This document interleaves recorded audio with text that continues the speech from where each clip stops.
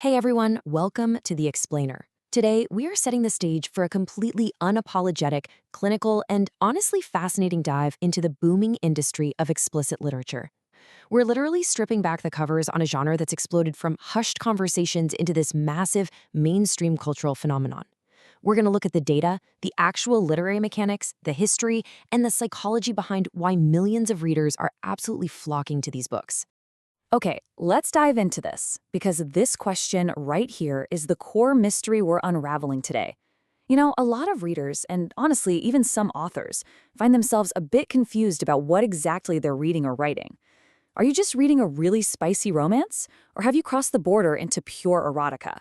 There are actually strict literary boundaries that define these categories, and figuring them out really unlocks exactly why these stories are so wildly successful. Section 1. The boom of spicy fiction. So we have completely moved past the era where romance novels just meant, simple candlelit dinners and a polite fade to black at the bedroom door. Today's mainstream growth is all about intense, on-page intimacy. And the numbers, they are absolutely staggering. 51 million. According to Circana Bookscan, a staggering 51 million romance units were sold in the US over just a recent 12-month period. Think about that. That is not a niche market anymore. It's a total publishing powerhouse. In fact, romance volume has more than doubled in just 4 years. Doubled! This incredibly lucrative market is being driven by a massive audience of readers who are actively seeking stories that perfectly balance genuine emotional heart with unapologetic explicit heat. They want characters they can deeply care about, combined with relationships that feel, viscerally real. Section 2. Defining the explicit spectrum. Now that we understand the sheer scale of this, let's decode the actual literary mechanics. It's not just about counting the number of sex scenes, right? It's about structural narrative purpose. And this brilliantly illustrates the exact dividing line. In a steamy romance, the emotional arc happens outside the sex scenes. The intimacy supports the plot. It heightens the romance, for sure. But if you were to remove the explicit scenes, the core story would totally still stand. On the flip side, in erotic romance, the emotional arc happens inside those sex scenes. The explicit moments actively drive the character growth and the relationship itself. The intimacy is literally the crucible where the emotional transformation takes place. When we contrast these side by side, it really clicks. You'll see steamy romance often leans into cozy sensuality. Think small-town tropes or workplace enemies to lovers, like Rose Lerner's Listen to the Moon. But erotic romance, it pushes boundaries. It explores really bold themes like BDSM, power dynamics, and taboo romance, where the heat is explicit and very frequent. Books like Ali Olander's Willing Prey fall right here, portraying raw, unapologetic intimacy where characters actually confront their deepest psychological fears right in the middle of their physical encounters. So, the crucial point is exactly where romance ends and pure erotica begins. Erotica is an entirely different beast altogether. The primary plot of erotica is a character's sexual self-discovery. A romantic connection? That isn't the goal. In fact, romance is just an optional subplot. Or, hey, it might not even exist at all. It could strictly be about discovering a new kink or a character realizing they just prefer flings over commitment. Section 3. How to write sex scenes. Okay, we've established what these genres are, but how do authors actually pull this off without it feeling incredibly awkward? Let's look at the exact rules for crafting functional, purposeful sex scenes. First up, the scene must have a plot purpose. It has to reveal character or raise the stakes. No filler allowed. Second, authors absolutely must know their genre's specific conventions and heat levels. Third, sex isn't silent, right? Authors need to include dialogue and internal thoughts to keep the reader firmly anchored in the character's head. And finally, you have to treat it like any other narrative scene in the book, complete with a rise and fall intention. But, of course, it's not always easy.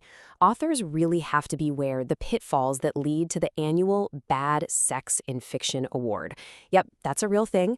Sometimes even award-winning authors completely lose their minds when they write sex scenes because they just let embarrassment dictate their writing. They shy away from describing real sensations, and instead they hide behind a thesaurus.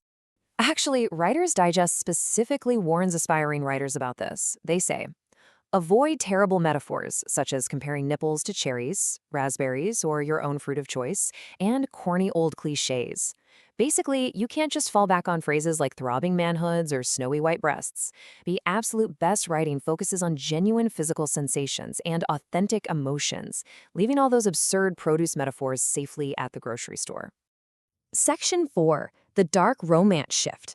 Let's move to and see how this builds on current market trends and what gets readers going today. What actually gets readers going today is evolving, and the data shows a fascinating trend, moving away from those rosier romantic comedies towards something much, much more intense. This appetite for dark romance perfectly aligns with a broader societal shift toward intense, suspenseful fiction. Circana reports massive growth across adult fiction. Psychological thrillers are up 29%, dark fantasy up 23%, and horror up 13%. Authors exploring paranormal elements, anti-heroes, and truly dangerous settings, they are seeing double-digit growth across the board. Now, what's really interesting about this slide is the psychology behind the shift.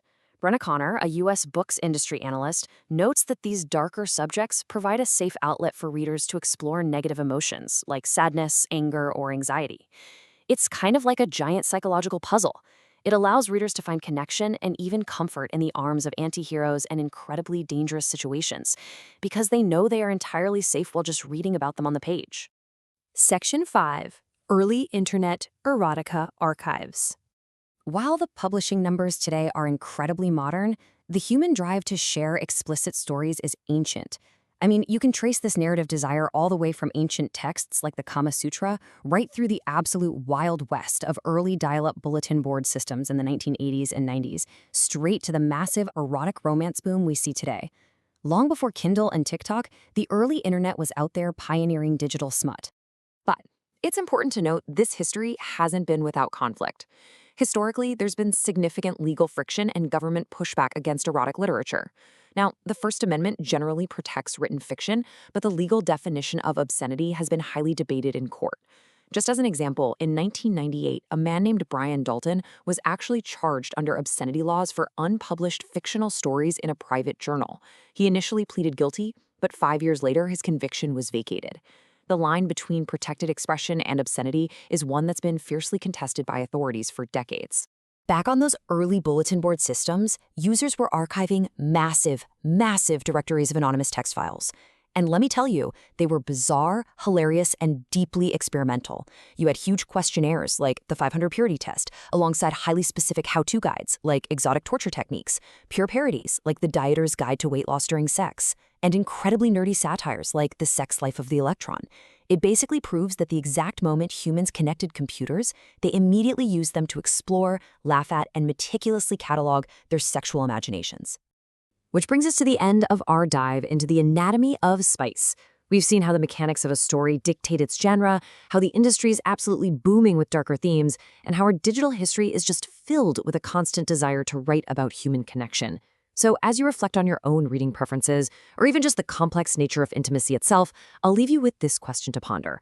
In a world where emotional arcs can happen entirely between the sheets, where exactly do you draw the line between love and love?